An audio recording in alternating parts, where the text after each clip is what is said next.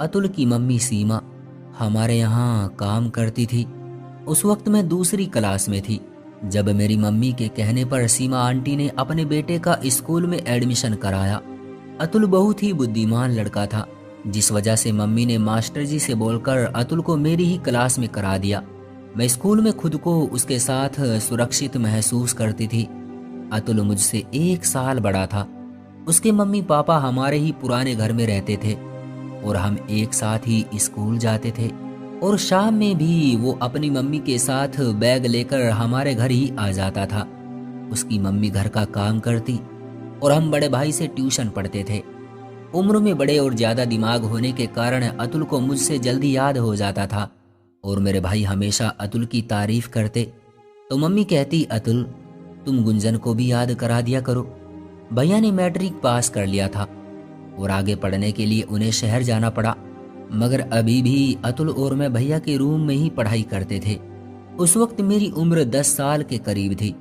मैं पढ़ाई में इतनी व्यस्त हो गई थी कि मुझे दुनिया और घर की बातों की कोई खबर ही नहीं थी।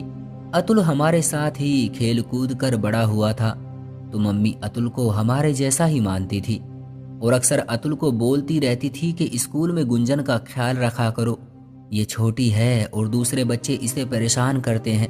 हमारे गांव में उस वक्त 2 ही स्कूल थे। वक्त तेजी से गुजरता गया।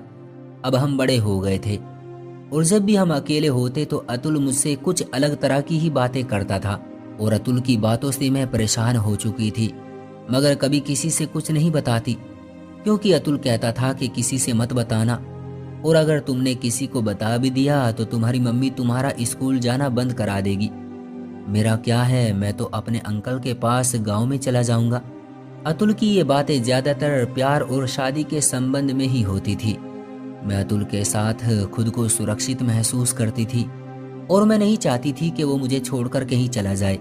इस कारण ही उसकी ऊट पटांग बातों को बर्दाश्त कर लिया करती थी। अतुल को मैंने अपने जन्मदिन पर भी घर बुलाया था। उसने मुझे एक डायरी भी गिफ्ट की थी।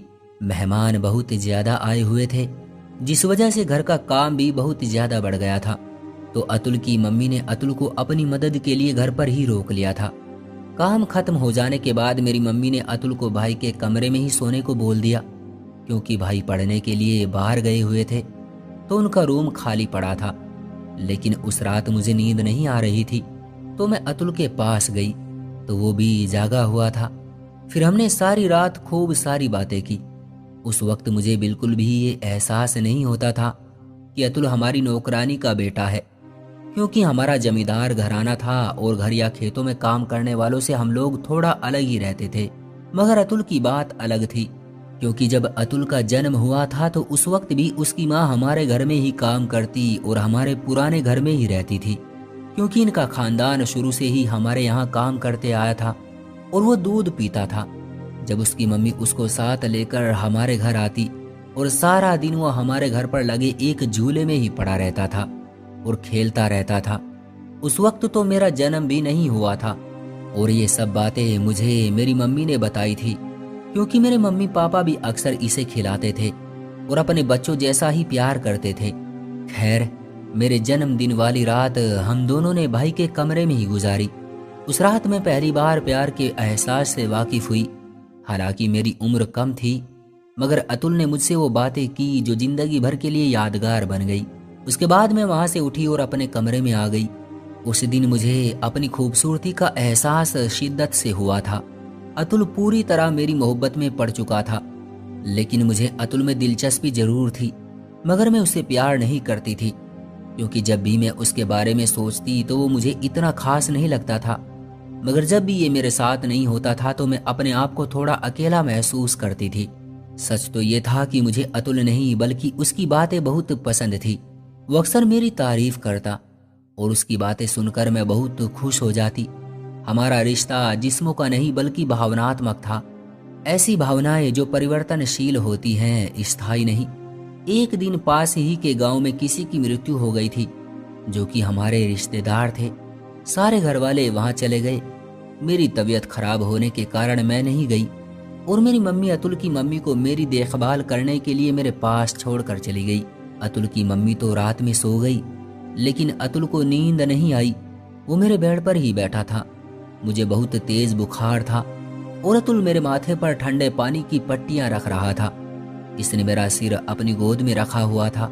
मुझे नहीं पता कब और कैसे मेरी बड़ी बहन का पति कमरे में आ गया। वो ये नज़ारा देखकर बहुत ज्यादा गुस्से में आ गया। उन्होंने अतुल को खूब चांटे लगाए और उसकी मम्मी को भी उठाकर बहुत बुरा भला कहा। अतुल तो उसी वक्त अपने घर चला गया और सुबह उसकी मम्मी से मेरी बहन के पति ने न जाने क्या क्या बोला कि उसकी मम्मी ने उसे उसके चाचा के यहाँ गांव में भेज दिया। हैरानी की बात तो ये थी कि ना तो सीमा आंटी ने मम्मी से ये बात बताई और ना ही मेरे जीजा जी ने, मगर सीमा आंटी को ये धमकी जरूर दी थी कि अगर अब मैंने तुम्हारे लड़के को इस घर के आसपास भी देखा तो उसकी गर्दन उड़ा दूंगा। अपनी लापरवाही के कारण वो बेचारी बहुत ज्यादा शर्मिंदा थी, लेकिन उसने भी मम्मी के सामने अपना मुंह ना खोला। मुझे लगा कि मेरे जीजा जी इस बात का जिक्र जरूर मेरी मम्मी या मेरी बहन से करेंगे और उसके बाद मुझे भी मार पड़ेगी। इस डर से मैं चुप चुप सी रहती थी। इस बात को अब काफी दिन हो चुके थे। मेरे जीजा जी ने किसी से भी इस बात का कोई जिक्र नहीं किया। मैं सोचने लगी, मेरी बहन का पति या तो बहुत अच्छे इंसान है कि मुझे मेरी मम्मी की नज़रों में नहीं गिराना चाहते, या फिर इन्होंने सीमा आंटी के ऊपर ये एहसान किया है क्योंकि वो हमारे यहाँ बहुत समय से काम करती थी और शायद वो इसी कारण उसकी बेइज्जती करना नहीं चाहते थे। मगर मेरी ये सारी गलत सोच थी क्योंकि उनको ना तो सीमा आंटी से कोई हमदर्दी थी और ना मुझसे, बल्कि उन्होंने मुझे मेरे उस अपराध की सजा खुद देने की ठान ली थी। ऐसी घिनौनी सजा के उससे अच्छा था कि मेरी मृत्यु हो जाती। अब जब भी मौका मिलता उस राज को आड़ बनाकर वो मेरे करीब आ जाते और धमकी देते कि सारी दुनिया में तुम्हें बदनाम कर दूंगा, तुम्हारी जिंदगी हमेशा हमेशा के लिए बर्बाद कर दूंगा। उस भेड़िए की बातों से मैं बहुत ज्यादा डर जाती और उसकी हवस का शिकार हो जाती। मुझ में इतनी भी हिम्मत नहीं होती कि मैं उससे पूछ लेती कि आखिर मैंने किया क्या है। मुझे तो कुछ पता भी नहीं था क्योंकि मुझे बहुत तेज बुखार था और अतुल तो सिर्फ मेरे माथे पर ठंडी पट्टी रख रहा था। हमने ऐसी तो कोई भी हरकत नहीं की थी कि आप हमें कसूरवार ठहराएं, मगर उसके आगे तो मेरी बोलती ही बंद हो जाती थी। ठंडे ठंडे पसीने आने लगते थे, अंदर ही अंदर घुटती रहती और मैं किसी से कुछ कह भी नहीं सकती थी। मगर मैं चाहती थी कि इस नरक से मेरी जान छूट जाए। सोचती रहती थी कि किस तरह मम्मी पापा भाई या फिर बहन को बताया जाए। यही सोचते सोचते सुबह हो जाती, मगर कभी किसी को बताने की हिम्मत ही नहीं होती थी। उस समय कम उम्र के कारण डर बहुत ज्यादा था और अक्ल कम थी। बस फिर क्या था, मैंने हालात से समझौता कर लिया ताकि वो मुझे डराना बंद कर दे। अब वो जो बोलता मैं मान लेती थी। वो जिस हद तक मुझे परेशान करता मैं सह लेती। उसका हमारे घर में भी बहुत आना जाना था। बड़ी बहन भी मेरे लाख मना करने पर भी अक्सर मुझे जबरदस्ती अपने घर ले जाती और वहां जब भी मौका मिलता उनका पति मेरा हाथ पकड़ लेता।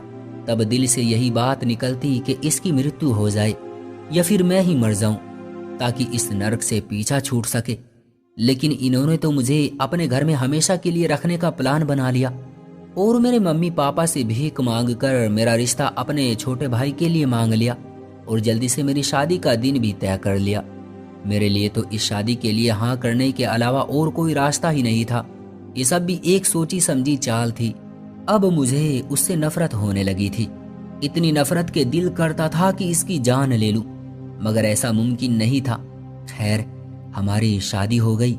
मेरा पति एक बहुत ही अच्छा व्यक्ति था, अपने बड़े भाई का बिल्कुल उल्टा। वो तो बहुत ही ज्यादा गिरा हुआ व्यक्ति था। खैर, दिन गुजरने लगे और एक दिन कमल बोले कि गुंजन, मुझे काम के लिए अब दूसरे शहर जाना होगा, अगर तुम भी मेरे साथ चलती तो अच्छा होता। उन्हें लगा कि मैं अपनी बड़ी बहन की वजह से मना कर दूंगी, लेकिन उन्हें कहाँ पता था कि मैं किस नर्क में रह रही थी। मैंने उनको मुझे भी साथ ले जाने को बोल दिया। वो भी ये सुनकर बहुत खुश हुए और हमने जाने की तैयारी की और अगले दिन हम दूसरे शहर पहुंच गए, उस नरक से बहुत दूर। मैंने तो अब उम्मीद ही छोड़ दी थी कि कभी उस नरक से भी निकल पाऊंगी, लेकिन आखिर ईश्वर को भी शायद मेरे ऊपर अब तरस आने लगा था। खैर, हम खुशी खुशी वहां रहने लगे और जब भी कमल मुझे घर चलने को बोलते तो मैं साफ मना कर देती थी, क्योंकि मैं उनकी शक्ल भी नहीं देखना चाहती थी।